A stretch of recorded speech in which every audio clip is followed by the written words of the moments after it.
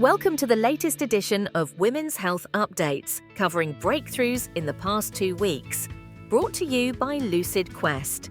First, new unified guidance for inflammatory bowel disease in pregnancy.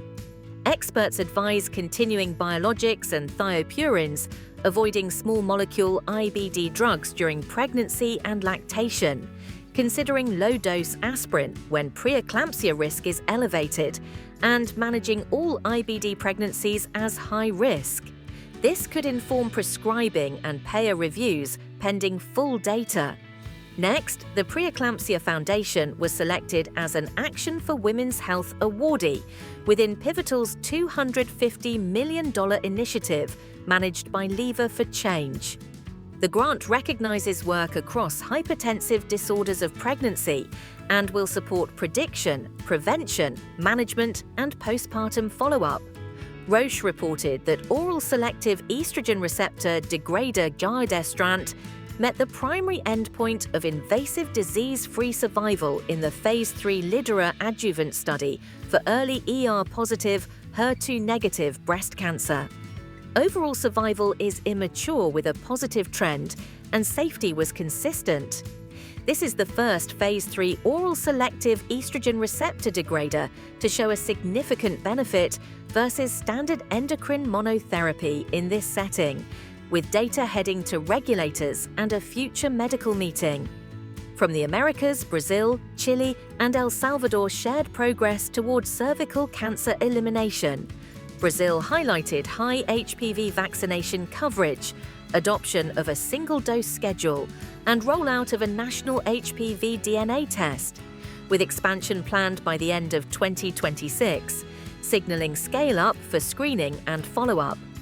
WHO and the International Agency for Research on Cancer launched a free cervical precancer learning program on WHO Academy for officials, clinicians, and community health workers. The modules support the 90-70-90 targets for 2030 by strengthening screening, triage, and treatment capacity. In Oncology R&D, the BCL-XL degrader DT2216 began dosing in a Dana-Farber Phase 1b/2 study with weekly paclitaxel in platinum-resistant ovarian cancer, building on Phase 1a recommended Phase 2 dose and preclinical tumor eradication signals. Early clinical readouts will clarify the translational potential. On policy, Ovarian Cancer Research Alliance debuted its Center for Public Policy and an interactive map to track key bills and funding priorities, unifying federal and state advocacy and grassroots work. OCRA's efforts have helped secure $3.8 billion to date for research and education. In digital health, Millie launched Maia, an AI agent for maternal care and clinic operations that integrates into the patient app and a unified data layer to personalize support and automate workflows, aiming to improve outcomes and reduce costs. In Europe, Greece partnered with SERD Health to create a national AI front door to care, beginning with Health Information Line 1566 to enhance triage and coordination.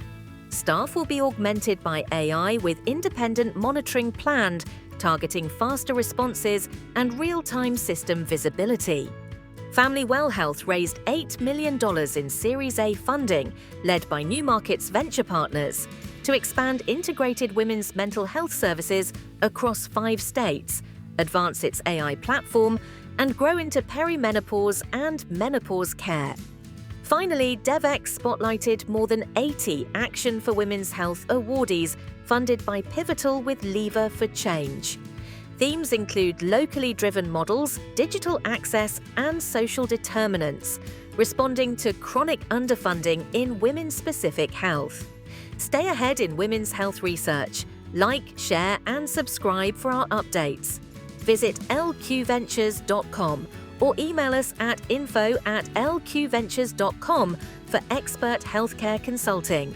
See you next time.